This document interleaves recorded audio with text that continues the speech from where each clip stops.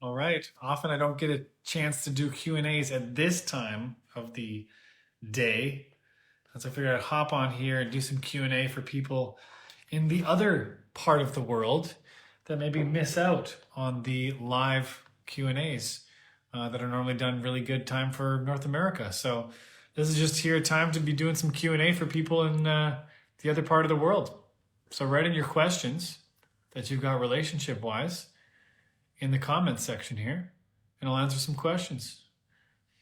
I just opened up a new program for people in the European time zone. It's my first time doing one because there's been so many more people in Europe who often don't get to do the ones that I set in North America. So I figured I'd hop in here and do some Q&A. But love to share where you're from, share where you're calling in from. I love seeing that. Hello from Brazil.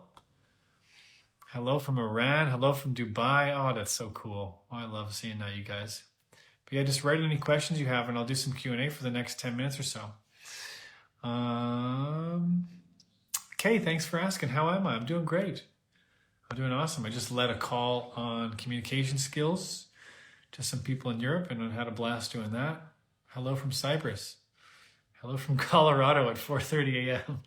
Yeah, I wanted to come on this time zone because most of my Q&As are done normally pretty good for North American time zone, but I figured we'd do a little bit for other places. Hello from Latvia, England, Australia, Croatia. You guys are amazing. Austria, wow. Edinburgh, Greece. So cool. All right, well, I know where you guys are from. Who's got some questions from Stockholm? Let me do some scrolling. Lorex asked the question, how can I tell if someone has poor boundaries? Well, I have a challenge with the question because boundaries are really like a poor boundary to you might be a great boundary to me. I think what you're trying to ask here is where someone might be not operating with integrity in their relationships or in their relating to you. And so I think the first place to look is how much words and actions line up with whoever you're referring to. How much are the words and actions lining up? The challenge with that is so much of our communication relationships is based on assumptions. So we got to get more clear about our own assumptions. But let me just scroll in. So hopefully that helps a little bit. But I think the question you're asking for is where is the words not lining up with the actions? And so I'd like to take some inventory. Hello from Sweden. Hello from Barcelona. I'm so glad the videos are helping you guys. It's really motivating for me. I'm always looking to make more and more. So I'm always open for requests as well. I got tons of requests I'm still looking to finish off, but looking to offer you guys at least one new video every single day. Can I support one of my male friends without looking desperate? Of course you can. Of course you can. Absolutely. I hope you do support one of your male friends. Just get clear about where it's coming from. Is it coming from you trying to support them, or is it coming from you trying to look good, or you trying to maybe get something from them? Sometimes that can be covert.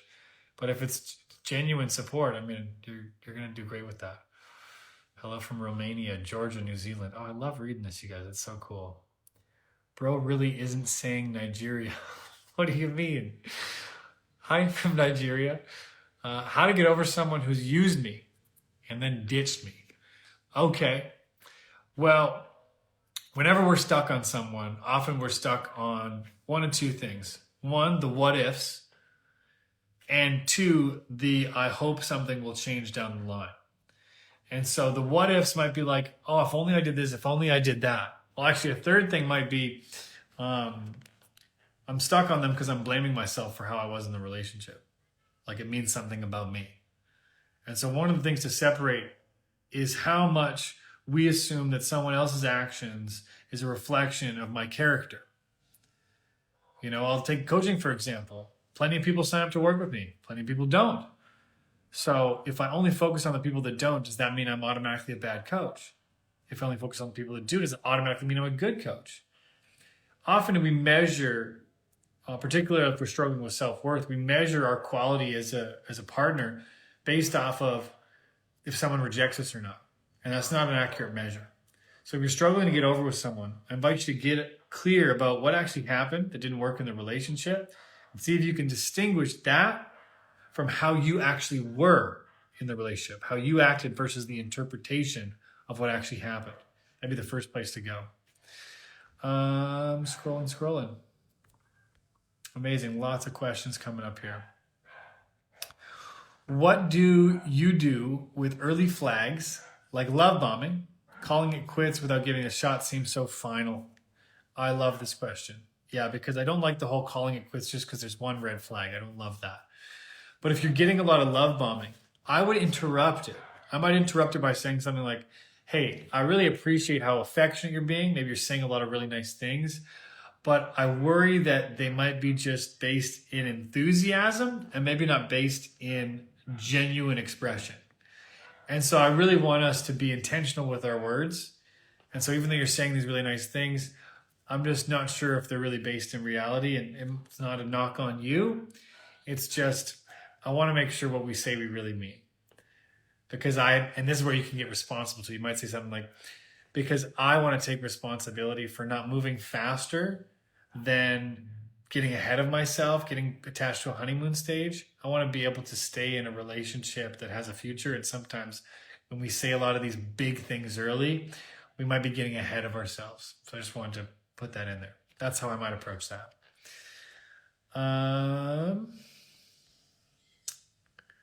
How should I approach a guy that I've been talking to that his communication skills are not consistent? It's a turnoff for me.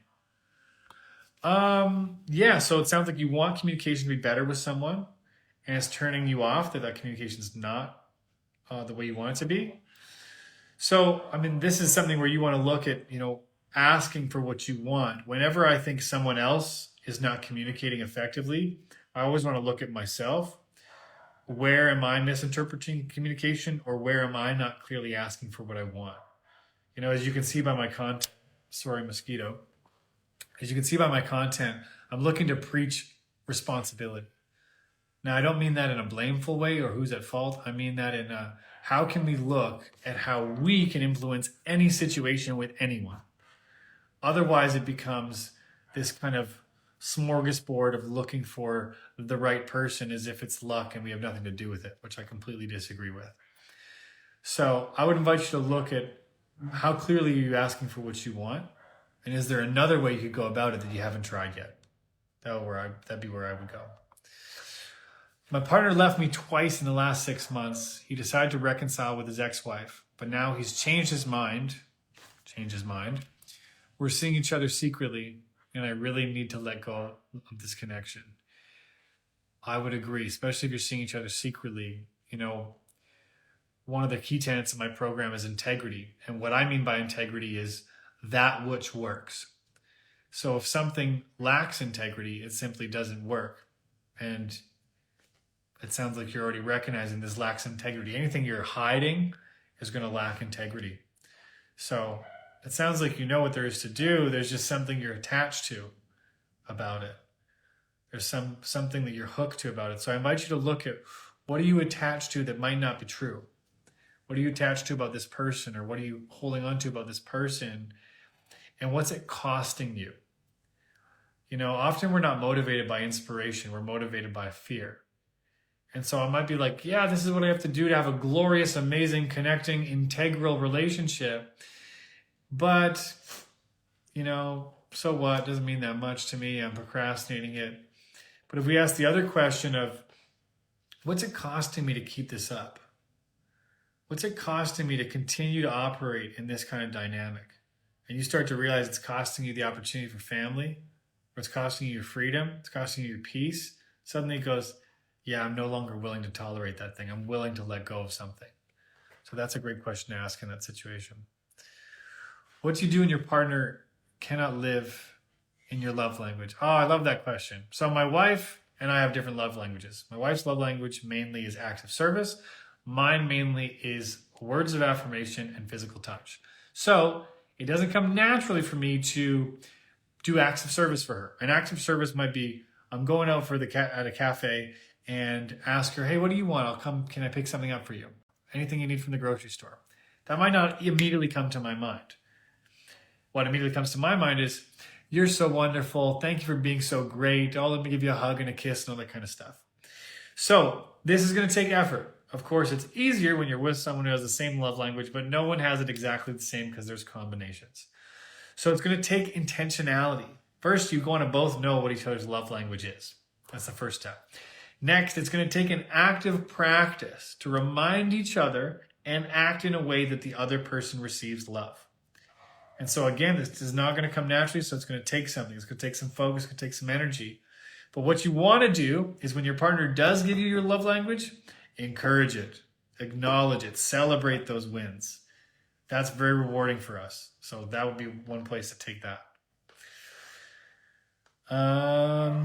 But how? I see a follow-up question. So here's the thing, you guys. I'm doing this Q&A to kind of offer you a little bit of insight, something that you can build upon. I have a 14-week program I take people through. I have coaches that work with me. I have a team of people that work with me. The things that I'm looking to help people with in relationships will take more than just this live. So if you're looking to make a big difference in your relationships, in your love life, in your families, I encourage you to apply for a discovery call with my team to see if coaching's a fit, because the things that are often plaguing us, the patterns that we're in, are going to take more than this. They're going to take more than me just answering questions. That's why I have a whole program designed for it. So if you're curious about that, link in the bio for that. How to deal with breadcrumbing. Well, it's not an issue with them. It's an issue with tolerating something because you think it's all you can have. So if we're consistently putting up with breadcrumbing, there's a belief we have about ourselves that this is what we deserve. And if we were to say no to it, then we think we're screwed.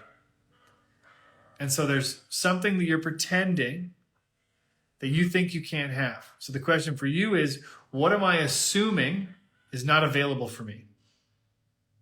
How do I be the kind of person that gets to have what I want? Typically, it's going to require saying no to something you're putting up with. Something that you're probably scared to say no to because you're scared of their reaction, or you're scared of what you might lose. That's where your transformation is going to begin, right there. Now, to reiterate on that, you guys, transformation, by the way, doesn't happen in our head. Breakthroughs do not happen in our head. They happen in life. They happen with people. So if you're trying to think your way through your challenge, that's not going to work. If you want a big breakthrough, it's going to take actual action in that area. It's going to take whatever you're scared of. Hence the name of my program, Love Over Fear. Hello from Hong Kong. What should I do if a guy is breakcrumbing? I love this. This is the next question. And I actually like him. Well, again, there's going to require an interruption. You got to look where you can interrupt here. So, hey, I really like you, but I'm not okay with this. What are you willing to commit to? What are you willing to give? What are you willing to offer? This is where you want to really start to get clear. It's always about courage. There's always something that we're scared to say or scared to ask for or scared to do, and that's the thing. We know it. I don't coach dumb people. To me, everyone I work with is highly intelligent. They're highly intelligent people. They often know what to do, but what I'm coaching them on is having the courage to actually follow through in the action. It's not to tell you some eureka piece of advice. You know what to do. You just said it. You guys have great questions because you're self-aware. But there's somewhere where you're letting the small version of you win rather than the courageous version of you that you know is there. That's going, I don't want to put up with this. Stepping over something for myself. So you're on the right track. It's just going to take something, though. Question, should you give someone a chance that cannot alleviate financial stress as a man? I don't understand the question. Should you give someone a chance that cannot alleviate financial stress as a man? Sorry, I don't understand the question. You're welcome, the Lorax. Thank you for the question. Thank you for kicking us off with the first one. How do we distinguish between intuition and self-sabotage? Oh, I love that question because it is so gray sometimes, isn't it? Sometimes I'm like, I'm just intuitively saying no to this date because I know it's not a fit for me. Or am I saying no to this person because I'm scared it might require a new version of me and I'm scared to share something that I've never shared before? Not easy. I like to put it through the filter of, again, the name of my program, Love Over Fear. So I invite you to ask the question, is this coming from love? Or is it simply something I'm scared? Something I'm scared to do, scared to say. If it's coming from fear, then it's self-sabotage. Because it's a small version of you not willing to step up. If it's coming from love, then heck yeah, you are on that intuitive track, and your intuition is a beautiful thing to listen to. So that'd be the filter I would put that through. I love what you do. Thank you. Thank you. It's a privilege to do this work. I love it so much. How do I get close to girls? Well, I don't know how to answer that question. How do you get close to girls? I'm worried about the question a little bit, so maybe rephrase your intention behind that. Next one. My boyfriend cheated on me and is gaslighting me and blaming me for it. What do I do? He's gay and very promiscuous. Well, to me, this question is less about him and more about you. And so my question to you is, do you want to get back with this person? What would it take if you do want to get back with them? Because the trust is obviously broken. I hear there's a number of different things going on that don't work for you here. And so my first initial question is, do you want to get back with this person? And if you do, what would need to change for that to actually be a workable relationship? Because there's some major things to deal with here. Because it's less about that person gaslighting and blaming you and more about, what it is that you want to take a stand for right now. What do you do when you get red flags like love bombing, call it quits without giving it a shot? Yeah, I think I answered that question already. That was in one of the questions. So yeah, that one's been answered. Hello, how to deal with female narcissistic behavior. Well, narcissistic behavior isn't male or female. It's just what it is. You don't deal with it. That'd be my answer to that question. Don't deal with it. To deal with someone who's being narcissistic, which, by the way, that term is thrown around carelessly. Most of the people who we're saying are narcissistic aren't actually narcissistic. That's actually an extreme diagnosis. They're just selfish. But we're using this word because we've heard it too many times on social media. So if you're dealing with someone who's extremely selfish, you don't deal with them. You don't engage with that behavior. That would be the thing. You got to notice where you're participating in it. And you start to step away from that. A lot of this, where we're overly engaging with someone that doesn't work for us, there's a self-worth issue going on there. There's something where we feel like we need to tolerate something that doesn't work for us. And so that's where we want to go to work on the self-confidence that's lacking there. We're putting questions in the question box. Oh, thank you, Lisa. Let me check. Yeah, I answered yours, Lisa, I think before. But yeah, look at the question box now. Just started a relationship with someone who has children. I've never had a partner with children. Any advice on navigating this the best way possible? Absolutely. So I've dated people with children. First off is to recognize it's going to be sensitive, right? I encourage people to not introduce children into the relationship until it's more of a serious relationship. I think that's very important. Because the kids are watching, they're learning, they're understanding relationship dynamics just by watching you. So first thing is recognize that you're not their parent, right? You're not their parent at this point. You might become a step parent later on. But you can absolutely have a wonderful relationship with someone who's already got a family. They already have kids. I think there's a lot of different ways that families are developing. So I would just ask a lot of questions with them. I would ask them, where the boundaries are in terms of where you can participate with the kid. But I think your job really is to establish connection and trust. Let that be your number one focus. And to learn more about that person's parenting style. That would be, I think, a really great place to start. Scrolling here. What is healthy reaction for any manipulation? What is a healthy reaction for any manipulation? So I have a take on this you might not love. No one can manipulate you unless you tolerate it. So no one can manipulate me. I don't believe that anyone can manipulate me unless I say yes to something that doesn't work for me. And so if you feel you're being manipulated, you want to look at, okay, where am I saying yes where I want to say no? Where am I saying yes where I want to say no? Because there's definitely just a boundary here missing. There's a boundary for you that you want to set, but you're probably scared that if you set that, you're going to lose something. Again, I'll ask the question that I asked earlier in this call, which is, what's the cost of you continuing allowing that behavior? What's the predictable future? Most of us don't answer that question. What's the predictable future if this thing doesn't change? When you begin to answer that question, you're going to get freaked out and not okay with the answer. That's a good thing. Being fed up is one of the best things that can happen to us in relationships because it begins the courage to no longer tolerate what doesn't work. So that would be my invitation there. Okay, one or two more that I'm going to hop off. You guys, if you're looking for more support, apply for a discovery call with a member of my team. I'm doing my first ever program that's going to be in European time zones. First time I'm ever offering European time zones. That's coming up at the end of this month. So if you want to find out if that's a fit for you, you want to sign up, get a special price for that, link in bio for discovery call. If you want to engage with me more outside of the Q&A, join my community page, also link in bio. I'm doing some live coaching there as well, where you can actually come on the call with me and experience what it's like to be coached. So I'll do two more and then we'll hop off. Scrolling. How to break through fear/blockage of opening up and talking about feelings, difficult things from the past. Amazing. We just did a coaching call on this. So how do I talk about things that I'm afraid to talk about? Most of us are dealing with that challenge. And there's always going to be something we're afraid to talk about as the stakes get higher.